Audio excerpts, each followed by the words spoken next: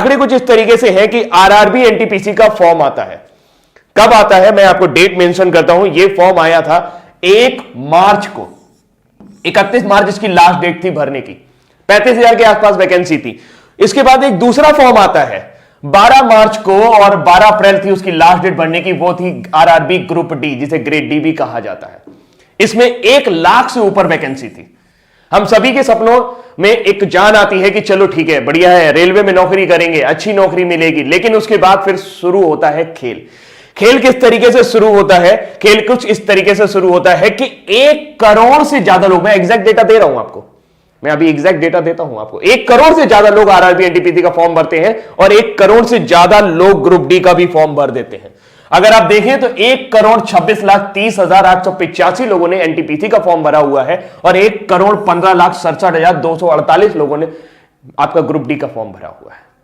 और अगर हम इस आंकड़े को और आगे लेके जाएं दोस्तों, तो ये आंकड़े और भी ज्यादा चौंकाने वाले हैं कि अगर आप टोटल फॉर्म भरे जाने की संख्या देखें तो ये इतनी बड़ी संख्या है कि 2,41,98,133 लोगों ने फॉर्म भरा है। सिर्फ 1 लाख वैकेंसी ग्रुप डी, अगर उसमें 35,000 एनटीपीसी भी जोड़ दे तो 1,35,000 वैकेंसी के लिए। आप समझ सकते हैं कि आज की डेट में बिल्कुल एकदम सिंपल सा आइडिया यह है कि भारत में 10 करोड़ लोग बेरोजगार हैं, जो किसी ना किसी तरह की बेरोजगारी से ग्रस्त है, जिनकी डेली की इनकम 200 रुपए भी नहीं है। जी हां, जो महीने में 6,000 रुपए भी नहीं कमा सकते हैं। आज की डेट में 80 रुपए पेट्रोल हो गया। और सबसे बड़ी बात है कि मार्च का फॉर्म आया, फिर कहते हैं कि टेंटेटिव डेट आपके एग्जाम की हो जाएगी सितंबर, जून से सितंबर के बीच में आपका एग्जाम करा देंगे। बहुत बढ़िया बात है। अब सबसे बड़ी बात यह है कि इन्होंने इस फॉर्म के लिए जनरल कैटेगरी से 500 रुपए लिए थे। कितने लिए थे? 500 रुपए। ग्रुप डी के लिए भी 500 और एनटीपीसी के लिए भी 500। अगर मैं मान लेता हूं सारे जनरल लोगों ने भरा होगा तो यह मैक्सिमम अमाउंट पहुंचता है 1200 करोड़ रुपए, 1,200 करोड़ रुपए। अगर मैं मान लेता हूं कि सारे के सारे कैटेगरी वाले लोगों ने फॉर्म भरा होगा जिनके फॉर्म की फीस 250 रुपए थी, तो यह आंकड़ा पहुंचता है जस्ट हाफ 600 करोड़ रुपए। लेकिन ऐसा होगा नहीं कि सारे जनरल ने भरा हो, सारे एससी ने भरा हो या सारे कैटेगरी वाले लोगों ने भरा हो।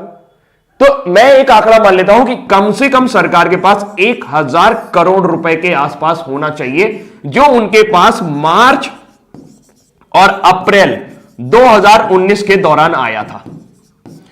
मार्च अप्रैल 2019 बीते हुए लगभग 1 साल होने जा रहा है, फरवरी आने वाली है और एग्जाम की डेट का अभी भी कोई पता नहीं।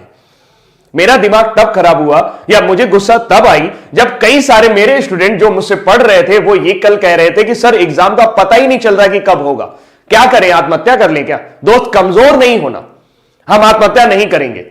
क्यों करेंगे भाई आत्महत्या?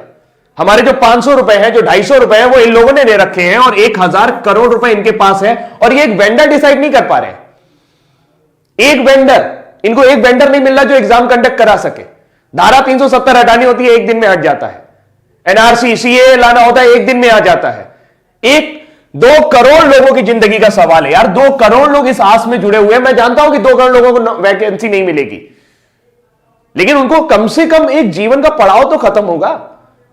जो दिन भर वो टेंशन में रहते हैं कि तैयारी करनी है, तैयारी करनी है, तैयारी करनी है। दुनिया भर के कोचिंग वाले, दुनिया भर के चैनल वाले सब उनको बेवकूफ बनाने की कोशिश कर रहे हैं और लगातार उनसे पैसे ऐंठ रहे हैं। एक बैच शुरू होता है, फिर दूसरा बैच शुरू होता है, फिर तीसरा बैच शुरू होता है। बैच खत्म होने का नाम नहीं ले रहा है और नौकरी आने के नाम नहीं ले रही। क्या आपकी कोई जिम्मेदारी नहीं बनती है? नेताजी, मैं आपसे ही कह रहा हूं, यह वीडियो इतना शेयर करना कि नेताजी तक पहुंच जाए। क्या आपकी कोई जिम्मेदारी नहीं बनती है कि 2,41,00,000 लोगों के ऊपर आप ध्यान दें? यह संख्या आपके लिए मायने नहीं रखती है और आपके लिए नहीं मायने रखती तो ये 1,000 करोड़ रुपए का आप कर क्या रहे हैं? ये किसी घोटाले से कम है क्या? किसी भी बैंक में डाल दोगे, घटिया से घटिया बैंक में भी अगर 1,000 करोड़ रुपए डाल दोगे तो वो बैंक जिंदा हो जाएगा। पूरे देश की आबादी सिर्फ 137 अरब है। मैं सिर्फ इसलिए बोल रहा हूं क्योंकि 1,000 करोड़ रुपए अगर आप उनको भी बांटना शुरू करेंगे तो कई लोगों के जीवन सुधर जाएंगे। और आपको क्या लगता है जिन्होंने ये 500 रुपए दिए वो बहुत अमीर घर से आते हैं? उनके घर में BMW खड़ी है, उनका बड़ा सा मकान है? जी नहीं, वो कभी भी आरआरबी ग्रुप डी और एनटीपीसी की नौकरी करने नहीं आएंगे। ये वो लोग हैं जो तिल तिल करके तैयारी कर रहे हैं, अपनी मेहनत, खून पसीने की कमाई से तैयारी कर रहे हैं, वो पैसा देने की कोशिश कर रहे हैं। अब हम क्या कर सकते हैं? हम कुछ नहीं कर सकते। क्यों नहीं कर सकते? क्योंकि हम सिस्टम में नहीं है, आप सिस्टम में हैं। मुझे नहीं लगता कि आपके पास ऐसी कोई वजह है जिसकी वजह से आप एक वेंडर डिसाइड नहीं कर पा रहे। आप हर 3 महीने बाद एक बहाना बना देते हैं कि हमें वेंडर नहीं मिल रहा। अरे वेंडर नहीं मिल रहा तो ये 500 रुपए आपने कैसे डिसाइड किए? आपने कैसे डिसाइड कर लिया कि एक लड़के का खर्चा 500 रुपए आएगा?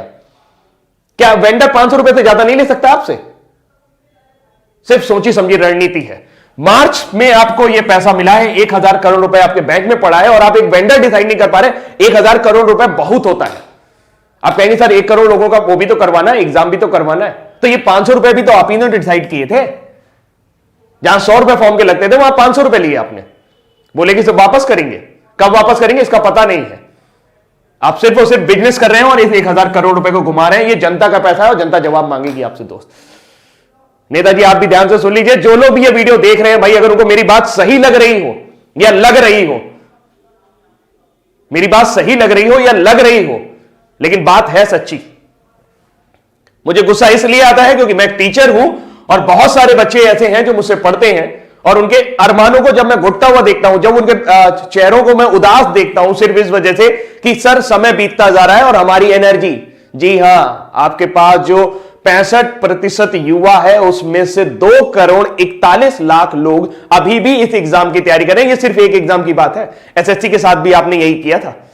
लोगों के एक साल आपने बर्बाद कर दिया और इस तरीके के कई साल आप बर्बाद कर रहे हैं। उत्तर प्रदेश में एक वैकेंसी और लटकी पड़ी है 69,500, उसमें भी कोर्ट केस चल रहा है। अरे जब नौकरी देनी नहीं होती तो निकालते क्यों है यार? क्यों मजाक करते हो हमारे साथ?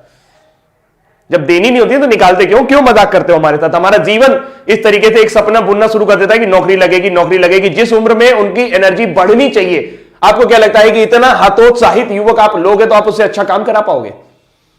जो 1 साल 2 साल तैयारी करके आया होगा, जिसके लिए नौकरी मिलना ना मिलना सब बराबर हो चुका होगा। अरे कोई प्लानिंग ही नहीं है यार। बड़े बड़े आईएएस बैठे हो आप लोग, इतना सारा आईएएस भरा पड़ा है, सब जिसको देखो वो बहुत ऊंची ऊंची पोस्ट पे, वो लोग बढ़िया गाड़ी से चल रहे हैं, बढ़िया बंगले से घूम रहे हैं, सारा सब कुछ उनका जीवन सुलभ है। उनको इनकी फिक्र नहीं हो रही, किसी को इनकी फिक्र नहीं हो रही। 2 करोड़ लोग, ओ माय गॉड, इतनी बड़ी जनसंख्या है 2 करोड़, कुछ कहने को नहीं। अगर अपने दम पर आ जाएगी ना तो आप परेशान हो जाओगे, आपका सिस्टम मिल जाएगा पूरा। बहुत बुरा है, बहुत बुरा है, भावुक हूं मैं, बहुत ज्यादा बुरा है। अभी के लिए इतना ही रखता हूं, लेकिन उम्मीद करता हूं कि मैसेज आपको मिल गया होगा। इस वीडियो को इतना ज्यादा शेयर करिएगा कि सबके पास तक पहुंच जाए। खासकर